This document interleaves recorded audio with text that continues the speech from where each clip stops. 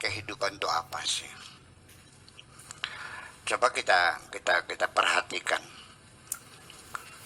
bahwa kehidupan kita ini, keberadaan kita ini adalah bersifat nisbi, relatif.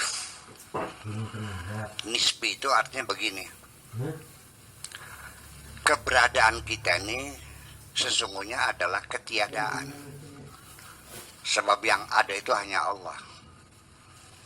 Kita ini hanya bayang-bayang saja. Kita ini hanya mahalut tajalli, tempat penampilan, tapi jangan diterjemahkan penampilan, tajalli aja lah. Nanti salah paham lah, ini simbolnya nanti salah paham lagi, tajalli. Jadi keberadaan kita ini kita ada, tapi adanya kita tergantung kepada adanya Allah. Kita emang nggak ada, yang ada hanya Allah. Umpamanya kita kasih contoh aja seperti kolong. Kolong itu adanya di bawah ranjang, betul? Kolong ada nggak? Ada. Di mana adanya?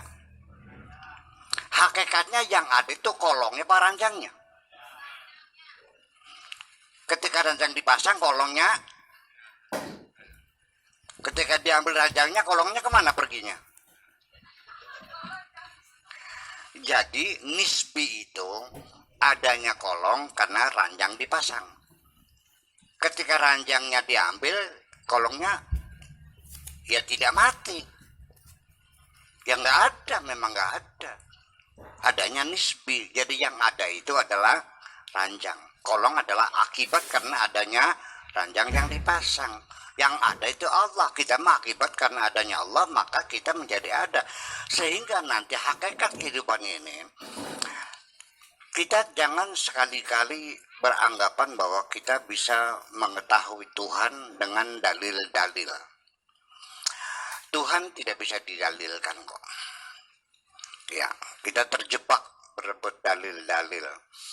Iya, saya juga sendiri juga dulu belajar ilmu tauhid, ilmu kalam, bahwa dalilnya Allah itu adalah adanya langit dan bumi. Kan begitu ya? Ibu-ibu begitu belajarnya.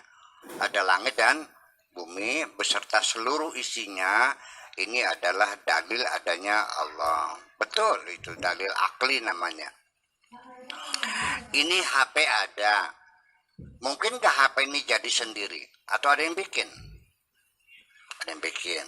Ketika di meja ada HP, berarti ada orang naruh HP. Ketika HP-nya hilang, berarti ada yang ngambil. Tidak mungkin suatu bergerak sendiri, jadi sendiri, hilang sendiri. Mesti ada yang membuat. Maka dalil itu dijadikan dalil akli, bahwa bukti adanya Allah, adanya langit, dan adanya bumi. Logis kan? Logis, oke. Itu mah untuk anak-anak, boleh sebagai pengantar logika untuk anak-anak. Berarti langit bumi tidak jadi sendirinya, tapi dicipta oleh Allah.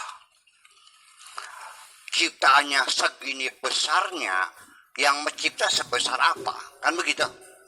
Semakin indah bikinannya, semakin hebat yang membikinnya, betul?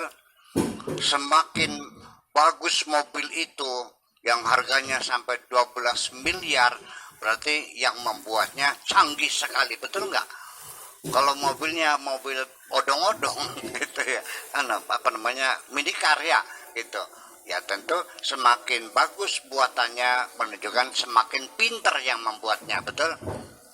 Baju yang dipakainya enak, berarti penjahitnya lebih pinter daripada baju yang dipakainya nyingset. Oke. Orang yang bikin sepeda dengan motor pinter mana? Motor dengan mobil? Dengan pesawat olang-alik? Yang pesawat angkasa, luar angkasa? Dengan yang bikin bulan? Dengan yang bikin matahari? Itu sebagai bukti. Itu lagi logika berjalan seperti itu. Tetapi kita terjebak memaknai hakikat kehidupan dengan dalil-dalil seperti itu. Begini, Tuhan itu wajibul wujud. Wujudnya wajib. Harus ada, mesti ada. Tetapi kita ini minal mungkinat, mungkin ada, mungkin tidak ada, bisa tidak ada, sesuatu yang mungkin. Dengan logika kebalikannya, mana mungkin menjadi mustahil, ya.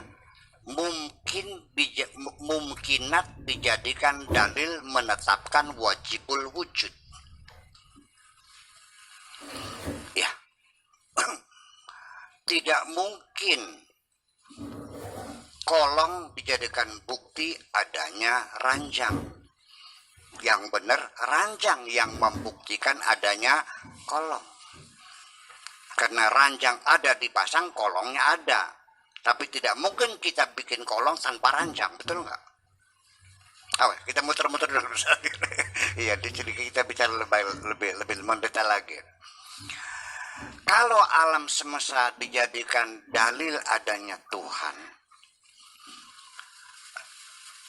teori Big Bang yang dicetuskan oleh George Lemaitre tentang ledakan raksasa, mulainya terjadi alam semesta 4 miliar tahun yang lalu, baru terjadi tata surya kita ini setelah matahari, setelah bumi kita mendingin, setelah ada air, setelah ada berkembang, dan baru 1 miliar tahun lah lamanya bumi ini layak ditempati oleh manusia. Nah, sebelum Big Bang, sebelum Allah bikin langit, sebelum Allah bikin bumi, sebelum Allah bikin matahari, Allah belum mencipta apa-apa. Saya tanya, Tuhan ada enggak? Sebelum Allah menciptakan alam semesta ini, Allah ada enggak? Buktinya mana? Langit belum ada, matahari belum ada, bulan kan ada awalnya. Matahari kan ada awalnya, tadi kan tidak ada kan? Semua makhluk awalnya tidak ada, lalu menjadi ada, lalu tidak ada lagi kan? Lalu ada lagi kan, dan seterusnya. Nah, sebelum ada matahari, belum ada bulan, belum ada ada Tuhan nggak? Ada. Mana buktinya? Kehilangan bukti. Betul. Nanti setelah kiamat, alam dunia digulung oleh Tuhan, bumi sudah habis, matahari, bulan habis, hilang semuanya. Allah mengatakan limanil mulkul yaum lillahil wahidil qahar. Siapa yang menjadi raja perkasa yang memiliki ini semuanya? Hanya Allah satu-satunya yang maha perkasa. Nah, setelah habis nggak ada alam semesta, engkau ditanya oleh malaikat, masihkah engkau percaya ada Allah? Masih percaya? Masih. Buktinya mana? Kita akan kehilangan bukti. Oleh karena itu, yang sebenarnya, yang hakikatnya, yang bisa memahami Tuhan adalah bukan logika kita mentok, tapi rasa kita. Saya merasakan Tuhan dalam rasa saya, bukan dalam logika saya. Jadi kalau malaikat nanti tanya, Buya Sakur, engkau masih percaya ada Allah? Percaya. Mana buktinya? Wahai malaikat, aku yang merasakannya. Dan aku lebih kenal dengan Tuhanku daripada kamu. Itu, terima kasih.